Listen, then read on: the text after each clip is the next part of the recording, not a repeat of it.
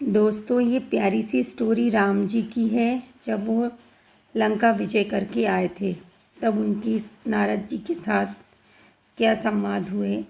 लंका विजय के पश्चात जब राम अयोध्या लौटे और राज तिलक हो गया तो एक दिन राज दरबार में महर्षि विशिष्ट, विश्वामित्र और नारद के साथ सभी धार्मिक विषयों पर चर्चा कर रहे थे। जब उसी प्रकार चर्चा चल रही थी तो देव नारद ने एक प्रश्न उठाया, नाम और नामी में कौन सर्वश्रेष्ठ है। ये प्रश्न सुनकर सारे ऋषि लोग बोलने लगे, नारद जी, नामी से आपका क्या तात्पर्य है, इसको आप बताएंगे।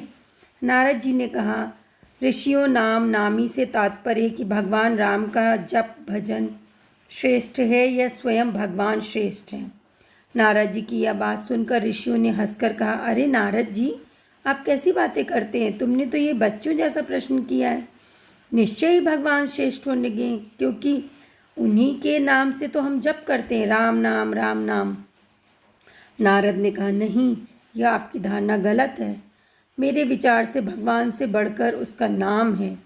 भगवान को राम का नाम जप करने से ही शक्ति मिलती है, क्योंकि राम के भजन के बिना भगवान कहाँ कृपा करते हैं।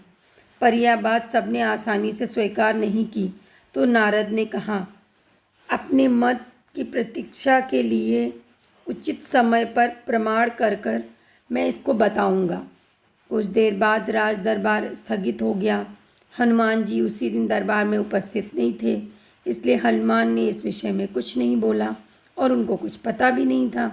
दूसरे दिन जब दरबार लगा तो पहले नारद ने हनुमान को बुलाया और कहा, हनुमान, राज दरबार में जाने पर तुम श्री राम तथा उपस्थित ऋषियों को विनयपूर्वक प्रणाम करना, पर विश्वामित्र को प्रणाम मत करना।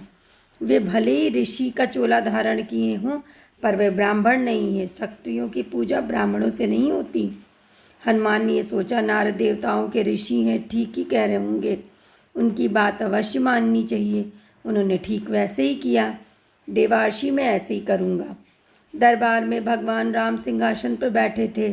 मंत्री तथा ऋषि आदि अपने अपने आसन पर विराजमान थे। थोड़ी ही देर में हनुमान जी आए, भगवान राम के चरणों में प्रणाम किया और ऋषियों से चरण स्पर्श किया। फिर उनके बीच विश्वामित्र ने न तो प्रणाम किया, न ही किसी का आदर भाव सत्कार किया। हनुमान को इस व्यवस्था में विश्वामित्र ने बहुत अपमानित समझा कि अरे, हनुमान ने यह क्या किया। वे राजा तथा ऋषियों के बीच में इस प्रकार की उपेक्षा एवं अपमान को सहन न कर सके। तत्काल क्रोध में उठते हुए राम से बोले, श्री राम, तुमने इस मुँह लगे सेवक की दृढ़ता देखी। भले दरबार में इसने किसी भी प्रकार की मेरी उपेक्षा की और उद्धत भाव से मेरा अपमान किया। श्री राम ने कहा, गुरुदेव, आप शांत हो जाइए, मैं हनुमान से इसका कारण पूछूंगा। विश्वामित्र का क्रोध शांत नहीं हुआ। उन्होंने कहा, यह तो प्रत्यक्ष देखा आपने, इसमें पूछने की क्या आवश्यकता है। आपने देखा नहीं कि हनुमान ने क्या किया। अस्त्र शस्त्र के क्षेत्र में तुम्हारा गुरु रहा हूँ, यह गुरु की आज्ञा है, इसे दंड देना चाहिए। नारद जी ने भी विश्वामित्र की हाँ में हाँ मिलाई और कहा, भगवान विश्वामित्र ठीक कह रहे हैं, हनुमान जी ने इसका प्रत्यक्ष अपमान किया है, उनको दंड मिलना चाहिए। नारद की यह बात सुनकर हनुमान असमंजस में पड़ गए। भरे दरबार में स्थिति देखकर कुछ न बोल सके। सोचने लग गए कि जिस नारद के कहने पर मैंने ऐसा किया, वही नारद मेरा बचाव नहीं कर रहा है, मुझे दंड देने की बात कर रहा है। नहीं, यह नारद का चरित्र तो मुझे समझ में नहीं आया कि वो क्या चाहते हैं। इधर की उधर लगाना, दो लोगों के बीच भ्रम पैदा करना, लड़ाई करना, इन्हीं में, इस चीज़ में उनको क्या आनंद आ रहा है। भले काम को बिगाड़ने में बहुत मज़ा आ रहा है नारद जी को। भगवान राम किसी प्रकार दंड की घोषणा करते हुए पहले नारद जी से कहा, भगवान, इस संबंध में शांत भाव से विचार कर दंड दीजिए, उपेक्षित अवस्था का इंतज़ार मत करिए। यह सबने सुझाव दिया और सभा स्थगित हो गई। सब अपनी अपनी जगह जाने लगे। रात को हनुमान नारद के आश्रम में गए और कहा, देवार्षि, आप ये कौन सा खेल खेल रहे हैं। मेरा वध कराकर आपको क्या मिलेगा। मैंने जो कुछ आपने कहा वही मैंने किया, जो आपने आज्ञा दी। नारद ने हंसकर कहा, हनुमान, निराश मत हो, तुम चिंता मत करो। मेरे कहने से तुमने जो किया उसके दिए जाने वाले दंड से तुम्हारा कुछ नहीं बिगड़ेगा, तुम्हें दंड नहीं मिलेगा। तुम इसकी चिंता मत करो, तुम्हारा कोई बाल बांका नहीं होगा। मैं जैसा कहता हूँ बस तुम वैसा ही करते जाओ। नारद जी के दिमाग में क्या चल रहा था किसी को कुछ भी नहीं पता। प्रातःकाल सूर्य तट पर ओम राम रामाय नमः का मंत्र जपने लगे।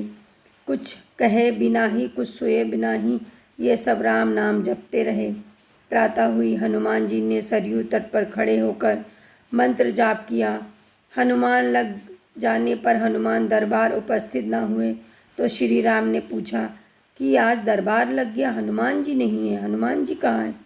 विश्वामित्र ने कहा, आज आप दंड देने वाले थे ना शायद, इसलिए डर के नहीं आए।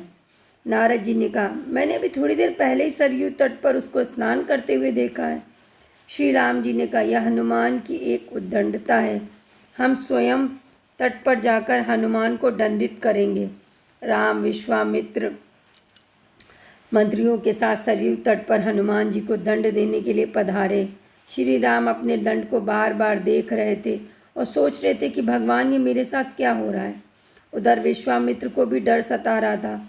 गुरु की मर्यादा की रक्षा के लिए उन्होंने हनुमान को दंड देने का निश्चय किया। श्री राम ने धनुष बाण उठाए और हनुमान को लक्ष्य बनाकर बाण छोड़ दिए। अरे ये क्या, बाण तो हनुमान जी के शरीर के कुछ ही दूरी पर रुक गया। राम बाण पर लक्ष्य बनाते रहे, मारते रहे, पर कोई भी बाण हनुमान के शरीर को नहीं छू रहा था। उधर हनुमान राम के बाणों से प्रहार से निश्चित होकर नारद के बताए मंत्र को जप रहे थे। वह राम रामाय नमः जप रहे थे। वह मंत्र उनको कवच जैसा बन रहा था। यह देखकर श्री राम को बड़ा आश्चर्य हुआ। उन्होंने बोला, अरे हनुमान जी को क्या हो गया? ये कैसे उनके अंदर इतनी शक्ति आ गई कि कोई भी बाण उनको भेद ही नहीं रहा है। उनके दंड का प्रयास व्यर्थ हो रहा था। विश्वामित्र को लग रहा था कि राम अपने भक्तों को बचाने के लिए जानबूझकर कर रहे हैं और ऐसा बाण चढ़ा रहे हैं कि ताकि उनको चोट न लगे। इस सफलता से विचलित होकर राम ने ब्रह्मास्त्र उठा लिया तो हाहाकार मच गया। नारद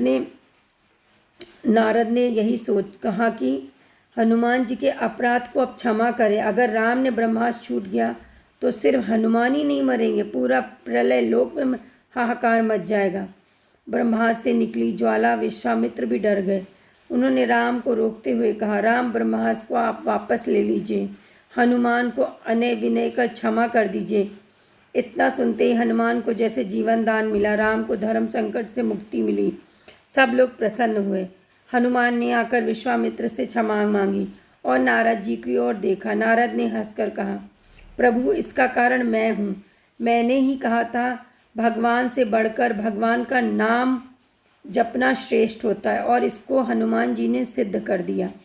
हनुमान जी ने इष्ट देव श्री भगवान का नाम जपते रहे और कोई भी बाण उनको भेद नहीं पाया। इसलिए जिस तरह प्रभु का नाम का श्रेष्ठ होता है, उसी तरह ही राम नाम जपने से सारी शक्तियाँ आपके अंदर आ जाती हैं और कितना भी बड़ा कष्ट होता है वो टल जाता है। राम नाम जपना ही अपने आप में बहुत बड़ी चीज़ है।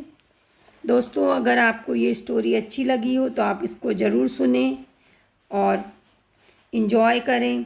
Thank you so much.